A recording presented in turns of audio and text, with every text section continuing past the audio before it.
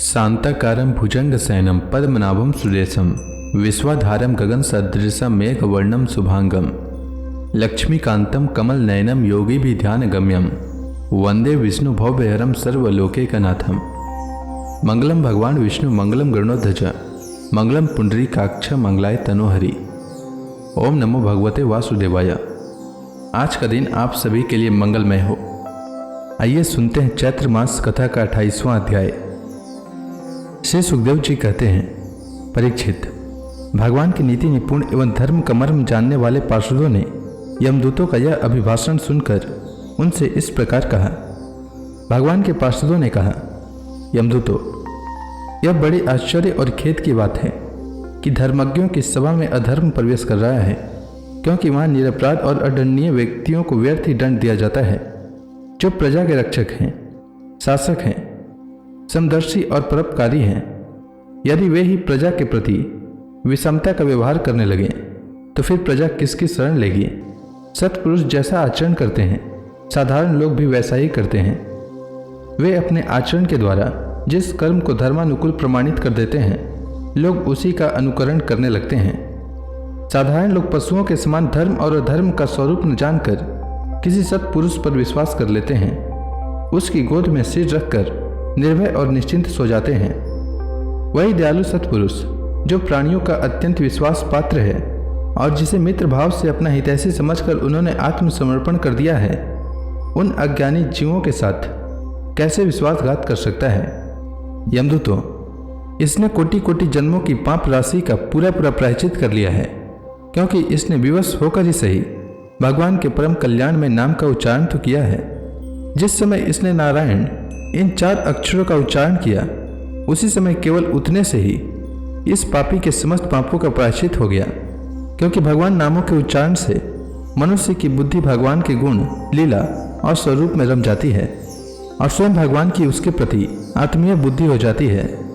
बड़े बड़े ब्रह्मवादी ऋषियों ने पापों के बहुत से प्रायश्चित बतलाए हैं, परंतु उन प्रायश्चितों से पापी की वैसी जड़ से शुद्धि नहीं होती जैसी भगवान के नामों का उच्चारण करने से होती है, क्योंकि वे नाम पवित्र कीर्ति भगवान के गुणों का ज्ञान कराने वाले हैं।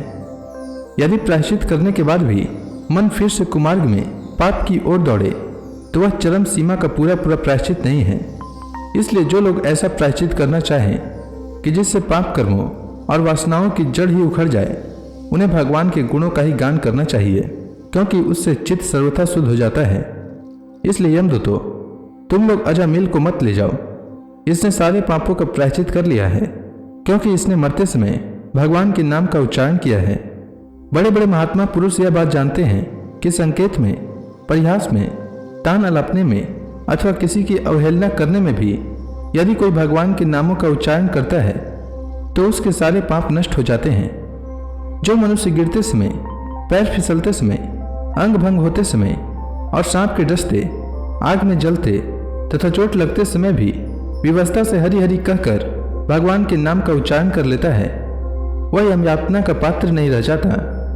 महर्षियों ने जानबूझकर बड़े पापों के लिए बड़े और छोटे पापों के लिए छोटे प्रायश्चित बतलाए हैं। इसमें संदेह नहीं है कि उन तपस्या, दान, जप आदि प्रायश्चितों के द्वारा वे पाप नष्ट हो जाते हैं, परंतु उन पापों से मलिन हुआ उसका हृदय शुद्ध नहीं होता। भगवान के चरणों की सेवा से वह भी शुद्ध हो जाता है। यमदूतों, जैसे जान और अनजाने में ईंधन से अग्नि का स्पर्श हो जाए तो वह भस्म हो ही जाता है, वैसे ही जानबूझकर या अनजाने में भगवान के नामों का संकीर्तन करने से मनुष्य के सारे पाप भस्म हो जाते हैं। जैसे कोई परम शक्तिशाली अमृत को उसका गुण न जानकर अनजाने में पी ले तो भी वह अवश्य ही पीने वाले को अमर बना देता है, वैसे ही अनजाने में उच्चारण करने पर भी भगवान का नाम अपना फल देकर ही रहता है। श्री सुखदेव जी कहते हैं, राजन, इस प्रकार भगवान के पार्षदों ने भगवत धर्म का पूरा निर्णय सुना दिया और अजामिल को यमदूतों के पास से छुड़ाकर मृत्यु के मुख से बचा लिया। प्रिय परीक्षित, पार्षदों की यह बात सुनकर यमदूत यमराज के पास गए और उन्हें यह सारा वृतांत ज्यों का त्यों सुना दिया। अजामिल यमदूतों के फंदे से छूटकर निर्भय और स्वस्थ हो गया। उसने भगवान के पार्षदों के दर्शन जनित आनंद में मग्न होकर उन्हें सिर झुकाकर प्रणाम किया। निष्पाप परीक्षित, भगवान के पार्षदों ने देखा कि अजामिल कुछ कहना चाहता है, तब वे सहसा उसके सामने ही वहीं अंतर्धान हो गए। इस अवसर पर अजामिल ने भगवान के पार्षदों से विशुद्ध भागवत धर्म और यमदूतों के मुख से वेदोक्त सद्गुण धर्म का श्रवण किया था। सर्व पापहारी भगवान की महिमा सुनने से अजामिल के हृदय में शीघ्र ही भक्ति का उदय हो गया। अब उसे अपने पापों को याद करके बड़ा पश्चाताप होने लगा। अरे, मैं कैसा इंद्रियों का दास हूँ। मैं एक दासी के गर्भ से पुत्र उत्पन्न करके अपना ब्राह्मणत्व तो नष्ट कर दिया। यह बड़े दुख की बात है। धिक्कार है, मुझे बार बार धिक्कार है। मैं संतों के द्वारा निंदित हूँ, पापात्मा हूँ। मैंने अपने कुल में कलंक का टीका लगा दिया। हाय, मैंने अपनी सती एवं अबोध पत्नी का परित्याग कर दिया और शराब पीने वाली कुल्टा का संसर्ग किया। मैं कितना नीच हूँ। मेरे माँ बाप बूढ़े और तपस्वी थे, वे सर्वथा असहाय थे। उनकी सेवा शुश्रूषा करने वाला और कोई नहीं था। मैंने उनका भी परित्याग कर दिया। ओह, मैं कितना कृतज्ञ हूँ। मैं अब अवश्य ही अत्यंत भयावने नरक में गिरूंगा, जिसमें गिरकर धर्मघाती पापात्मा कामी पुरुष अनेकों प्रकार की यम यातना भोगते हैं। मैंने अभी जो अद्भुत दृश्य देखा, क्या यह स्वप्न है अथवा जागृत अवस्था का ही प्रत्यक्ष अनुभव है? अभी अभी जो हाथों में फंदा लेकर मुझे खींच रहे थे, वे कहाँ चले गए? अभी अभी वे मुझे अपने फंदों में फंसाकर पृथ्वी के नीचे ले जा रहे थे, परंतु 4 अत्यंत सुंदर सिद्धों ने आकर मुझे छुड़ा लिया। वे अब कहाँ चले गए? यद्यपि मैं इस जन्म का महापापी हूँ, फिर भी मैंने पूर्व जन्मों में अवश्य ही शुभ कर्म किए होंगे, तभी तो मुझे इन श्रेष्ठ देवताओं के दर्शन हुए। उनकी स्मृति से मेरा हृदय अब भी आनंद से भर रहा है। मैं कुल्टागामी और अत्यंत अपवित्र हूँ। यदि पूर्व जन्म में मैंने पुण्य नहीं किए होते तो मरने के समय मेरी जीभ भगवान के मनोमोहक नाम का उच्चारण कैसे कर पाती? कहाँ तुम्हें महाकपटी, पापी, निर्लज और ब्रह्म तेज को नष्ट करने वाला तथा कहाँ भगवान का वह परम मंगल में नारायण नाम। अब मैं अपने मन, इंद्रिय और प्राणों को वश में करके ऐसा प्रयत्न करूंगा कि फिर अपने को घोर अंधकार में नरक में न डालूं। अज्ञानवश मैंने अपने को सही समझकर उसके लिए बड़ी बड़ी कामनाएं की और उसकी पूर्ति के लिए अनेकों कर्म किए। उन्हीं का फल है यह बंधन।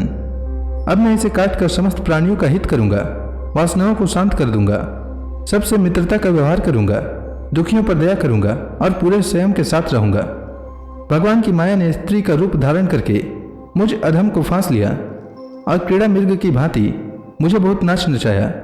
अब मैं अपने आप को उस माया से मुक्त करूंगा। मैंने सत्य वस्तु परमात्मा को पहचान लिया है, अतः अब मैं शरीर आदि में मैं तथा मेरे का भाव छोड़कर भगवान नाम का कीर्तन आदि से अपने मन को शुद्ध करूंगा और उसे भगवान में लगाऊंगा। श्री सुखदेव जी कहते हैं, परीक्षित, उन भगवान के पार्षद महात्माओं का केवल थोड़ी ही देर के लिए संसर्ग हुआ था। इतने से ही अजामिल के चित्त में संसार के प्रति तीव्र वैराग्य हो गया। वे सबके संबंध और मोह को छोड़कर हरिद्वार चले गए। उस देव स्थान में जाकर वे भगवान के मंदिर में आसन से बैठ गए और उन्होंने योग मार्ग का आश्रय लेकर अपनी सारी इंद्रियों को विषयों से हटाकर मन में लीन कर लिया और मन को बुद्धि में मिला दिया। इसके बाद आत्मचिंतन के द्वारा उन्होंने बुद्धि को विषयों से पृथक कर लिया तथा भगवान के धाम अनुभव स्वरूप पर ब्रह्म में जोड़ दिया। इस प्रकार जब अजामिल की बुद्धि त्रिगुणमयी प्रकृति से ऊपर उठकर भगवान के स्वरूप में स्थित हो गई, तब उन्होंने देखा कि उनके सामने वे ही 4 पार्षद जिन्हें उन्होंने पहले देखा था, वे खड़े हैं। अजामिल ने सिर झुकाकर उन्हें नमस्कार किया। उनका दर्शन पाने के बाद उन्होंने उस तीर्थ स्थान में गंगा के तट पर अपना शरीर त्याग दिया और तत्काल भगवान के पार्षदों का स्वरूप प्राप्त कर लिया। अजामिल भगवान के पार्षदों के साथ स्वर्णमय विमान पर आरूढ़ होकर आकाश मार्ग से भगवान लक्ष्मीपति के निवास स्थान वैकुंठ को चले गए। परीक्षित, अजामिल ने दासी का सहवास करके सारा धर्म कर्म चौपट कर दिया था। वे अपने निंदित कर्म के कारण पतित हो गए थे। नियमों से च्युत हो जाने के कारण उन्हें नरक में गिराया जा रहा था, परंतु भगवान के नाम का उच्चारण करने मात्र से वे उससे तत्काल मुक्त हो गए। जो लोग इस संसार बंधन से मुक्त होना चाहते हैं, उनके लिए अपने चरणों के स्पर्श से तीर्थों को भी तीर्थ बनाने वाले भगवान के नाम से बढ़कर और कोई साधन नहीं है, क्योंकि नाम का आश्रय लेने से मनुष्य का मन फिर कर्म के पचड़ों में नहीं पड़ता। भगवान नाम के अतिरिक्त और किसी प्रायश्चित का आश्रय लेने पर मन रजोगुण और तमोगुण से ग्रस्त ही रहता है तथा पापों का पूरा पूरा नाश भी नहीं होता। परीक्षित, यह इतिहास अत्यंत गोपनीय और समस्त पापों का नाश करने वाला है। जो पुरुष श्रद्धा और भक्ति के साथ इसका श्रवण कीर्तन करता है वह नरक में कभी नहीं जाता। यमराज के दूत तो आंख उठाकर उसकी ओर देख तक नहीं सकते।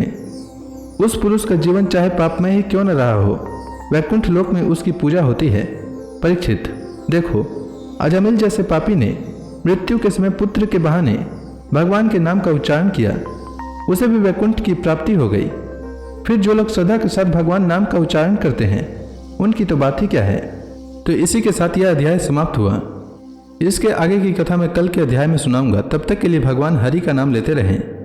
तो प्रेम से बोलिए भगवान विष्णु की जय, श्री कृष्ण भगवान की जय, समस्त देवी देवताओं की जय।